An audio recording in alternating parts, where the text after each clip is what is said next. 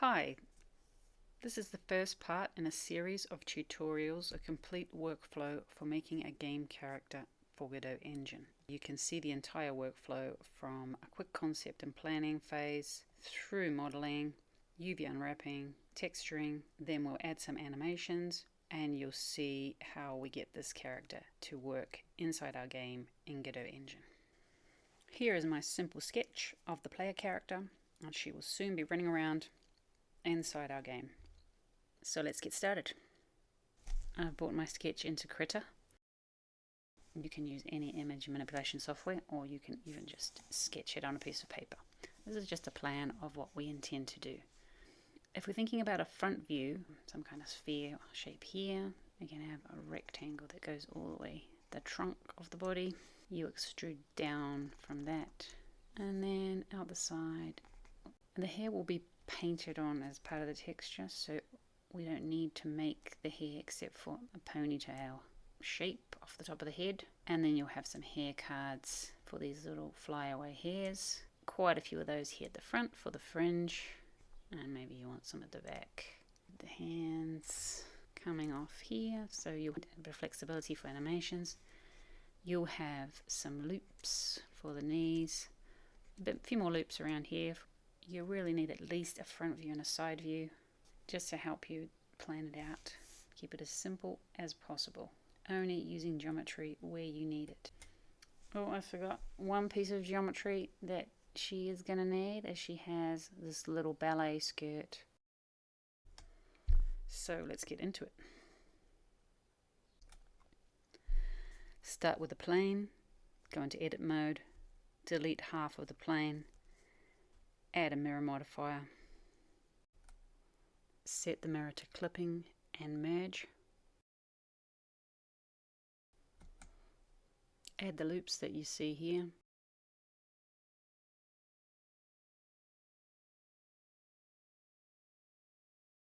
take this edge and extrude on the Y for the legs and add loops for the knees and the feet. Do the same for the arms. Add a loop down the arms and extrude out where the fingers will be. Delete or dissolve that edge that we don't need. Add some loops around the top of the legs. All of this is done on a 2D plane. So now we need to give it some depth. You can either select all the edges on the outside of the plane and then extrude down on the Z axis. Or what I did was I just added a solidify modifier. As my character has that weird turkey neck, take the knife tool and you can cut the neck hole. Check that your faces are facing the right way. The red faces will be facing inwards and the blue faces are facing outward. You can check this with the face orientation overlay on the top right. If you get any of these faces, unwanted faces running down the center line of the mesh, then you can just go and delete those manually.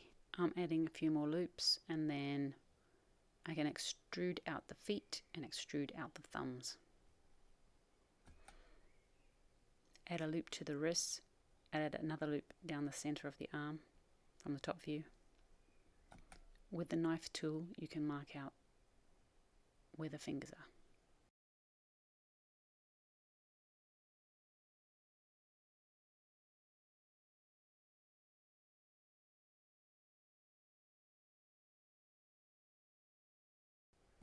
Delete the faces between the fingers and then fill in the faces that are missing.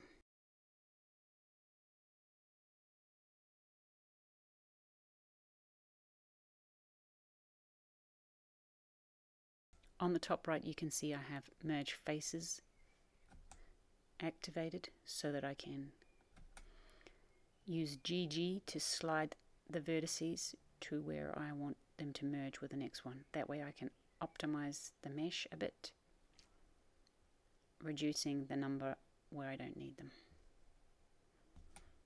Add loops to the finger joints.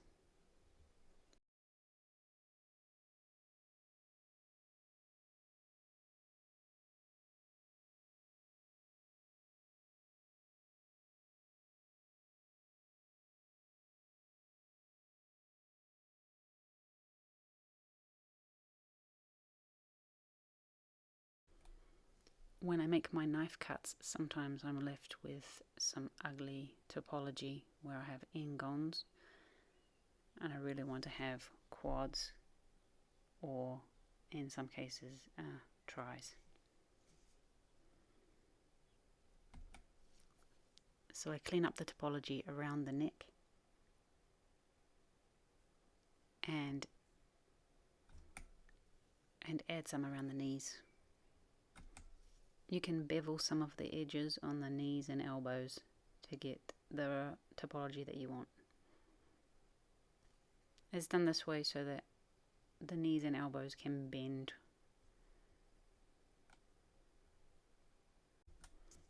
At this point I like to go into sculpt mode and start pulling the verts around to give the character the shape that I want. You can do this in edit mode, but I find it easier in sculpt mode, using a grab brush or an inflate brush. But remember that we haven't got many vertices to work with at this point, so be careful, especially with a smoothing brush. I also have to go and stand up my model so I can see what I'm doing a bit better.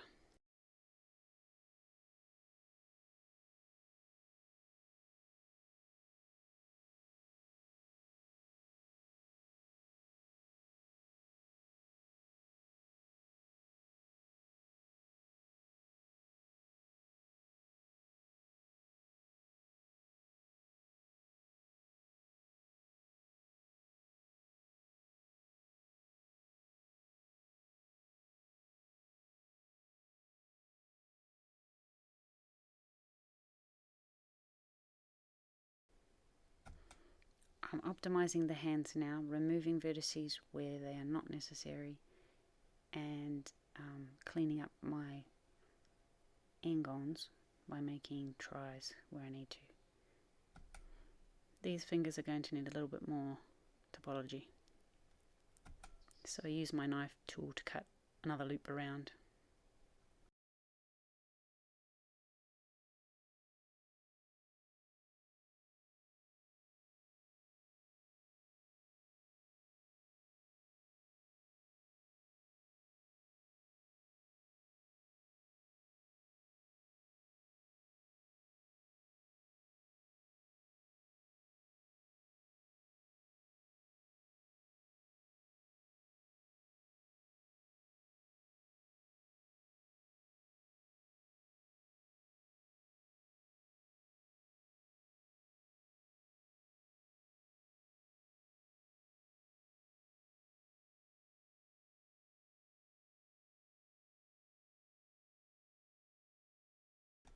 You might be more comfortable doing this process in edit mode.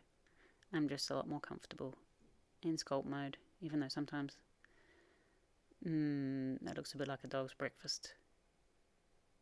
Maybe you can do it a lot more tidily in edit mode, but this is how I like to work.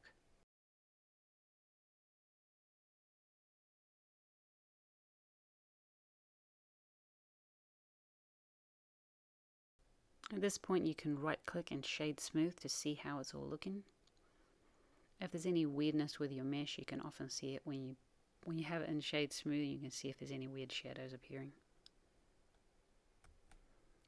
One tip I will say is, if you are new to making game characters, make them skinny. You'll save yourself a lot of headaches for when it comes to animation. Now you can add the topology that you think is missing. So I need to bevel a few of these vertices on the feet, add a few loops to the feet and to the ankles to make sure that we've got enough there so you can have a nice silhouette. You don't want to see those pointy silhouettes, but yet the minimum possible. Now we're going to make the head separately and attach it to the body. For this part, I'm using a technique that I learned from Joey Catalina. If you want to give that a try, you can check out his channel. This is basically the same, and then I do my own modifications to it later, but I do love a good blender recipe, and this is awesome because it gives you all of the main topology that you need for a face while being super light and super simplistic, which is what we want. I'll leave a link to Joey Carlino's channel in the description. We start by adding a cube. Add these 2 loop cuts.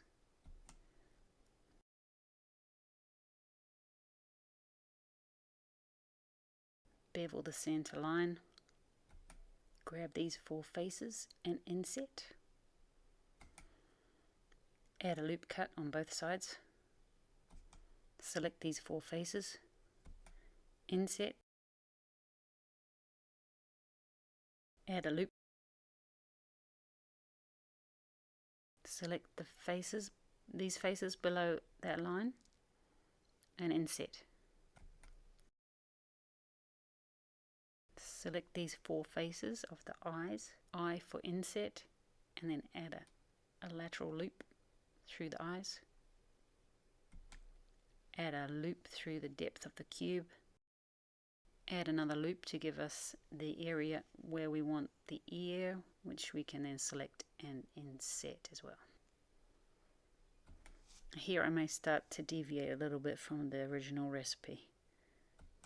I'll delete half of the cube and start working with a mirror modifier.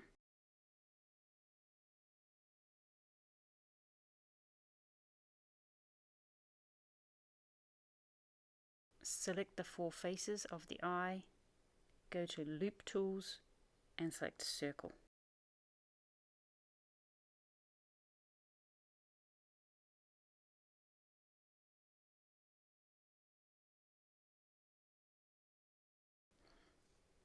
Add a subdivision modifier so I can see what it's starting to look like. And now in sculpt mode we can start pulling things around a little bit to make it look more like a head. Remember, if you use shift while using any brush, that will work as a smoothing tool, but be very careful with the smoothing. I think mine's a bit strong here. Lower the strength so that because you don't have very many vertices, the smoothing will be too strong.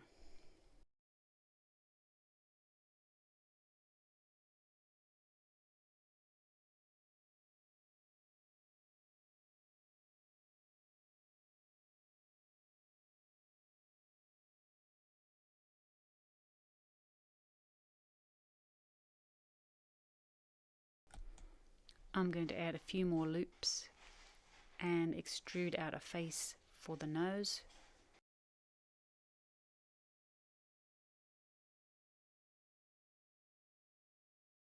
This is probably too much topology for what I need for this face.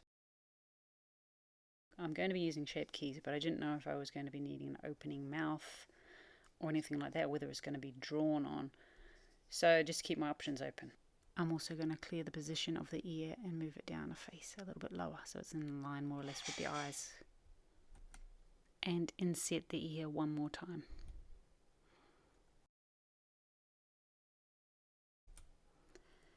Now you need to find 4 faces approximately under the head where the neck will join and the head will join to the body. If I remove those 4 faces, then I'll have 8 vertices, which should match up to the gap that I have left on the body mesh. If they don't match up, you're going to have to do some wrangling to make sure that they do. But 8 vertices is a good number for a character of this mid-level topology.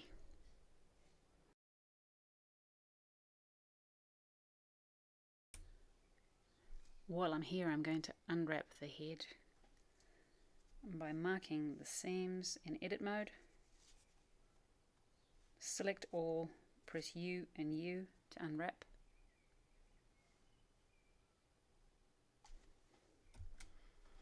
If you leave the mirror modifier on, you will get only half of the head texture, which is fine. You can leave that and it's more optimized. But in my case, I'd like to have both sides in case anything comes up in the future and I need to have something different happen on one side of the face than the other. So I go into object mode and apply the mirror modifier.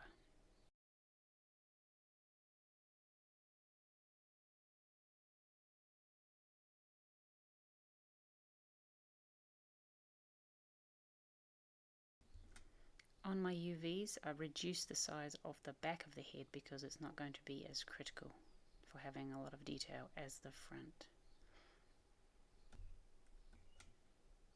Now I'm going into the material tab on the right, and I want to set up a new material and set up a new texture and name that texture player 1024.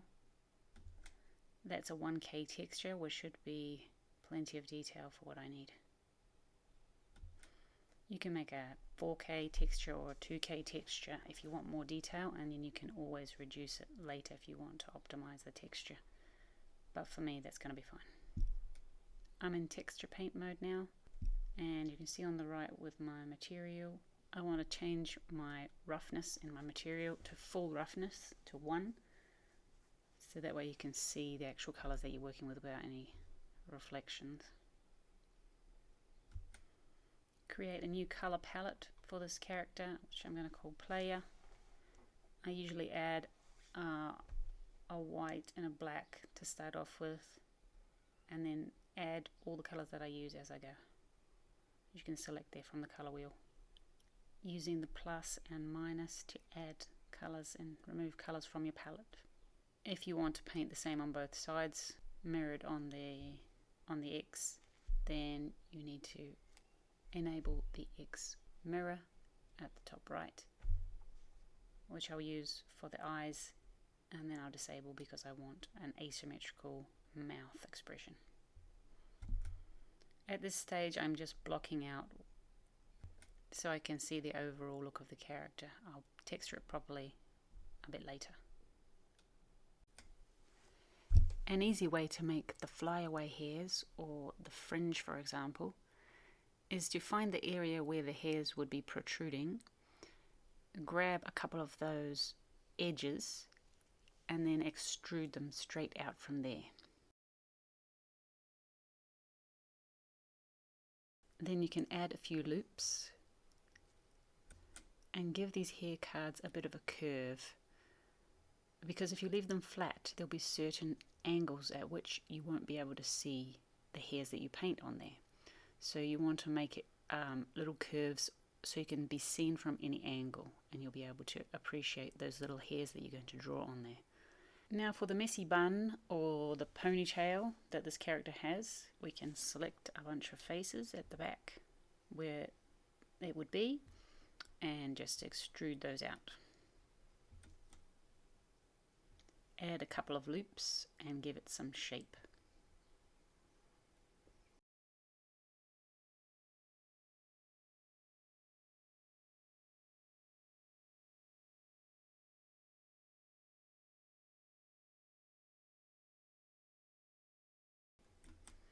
I mark the seam around the base of the bun, go into sculpt mode, and I can give it some more irregular shape. Extrude a few more flyaway hair cards at the base of the bun, and a few on top, always in the direction that you think that the hairs would be growing. Select the edge at the base of each hair card and make sure that that's got a seam marked by right-clicking and mark seam. Then I select all the hair cards and unwrap them. Oh, I have to unwrap the bun as well and put that on my texture somewhere.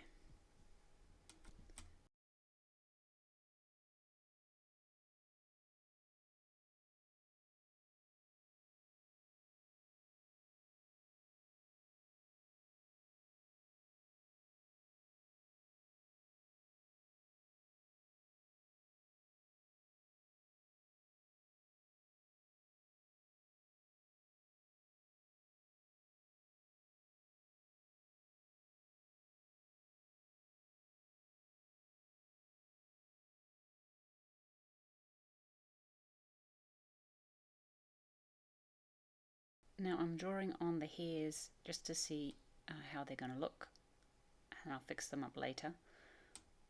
But it seems like they're not working, which is probably because the normals are facing the wrong way. So put your normal overlay so you can see, and then you can select those faces and flip those normals if you need to.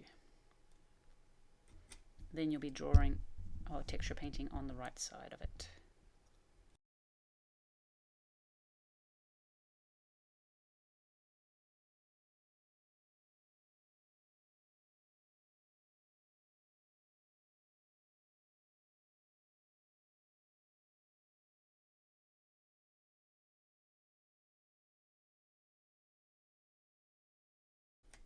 Now we can bring back the body, make that visible, go into object mode, select the head and move that up into position.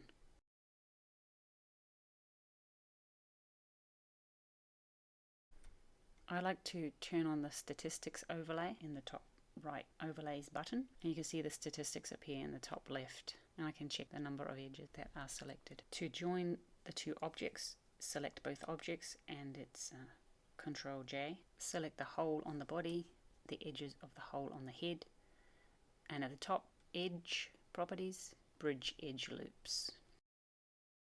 Add a few loops around the neck. Tidy up the shape now with the grab brush in sculpt mode.